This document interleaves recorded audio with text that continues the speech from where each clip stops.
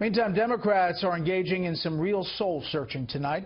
House members have delayed an expected re-election of Nancy Pelosi as their leader amid calls for new, younger, and more populist ideas.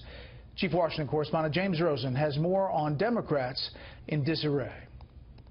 Against House Minority Leader Nancy Pelosi, who has signaled she intends to run to retain her leadership post, the Democratic caucus is beginning to exhibit stirrings of discontent, with hints of a formal challenge in the air. Pelosi brushed aside lawmakers' decision to reschedule Thursday's leadership elections until November 30, saying she doesn't care when they're held, then sought to distinguish her performance from Hillary Clinton's. What does this mean? There's some people who not very much, because we'll be out for Thanksgiving, but we'll have for the rest of this week to go over some issues. Right. They want to. We're stopping here. Thank you, guys. Thank you very much. An issue of there's some people who say, you know, you got beat pretty badly here, and this speaks of leadership. Well, that speaks to the presidential race more than our race. But Democratic lawmakers, even some publicly pledging support to Pelosi, agreed the caucus badly needs changes in direction and tone. We don't want to rush a vote to leadership for them to think that everything is business as usual.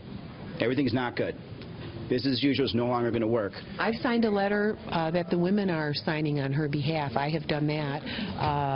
But obviously, if someone from our region were to get in the race, I would have to reconsider. And emerging as a possible contender against Pelosi is Congressman Tim Ryan of Ohio, who just won his 8th term and told reporters the Democrats need a leader who can communicate with the Rust Belt region he represents. This all started by people calling me, not me calling people. And I think there was some attraction to somebody from Youngstown, Ohio, who was sent all around the country for Hillary Clinton to talk to union workers and to try to, connect with people that I know how to connect with.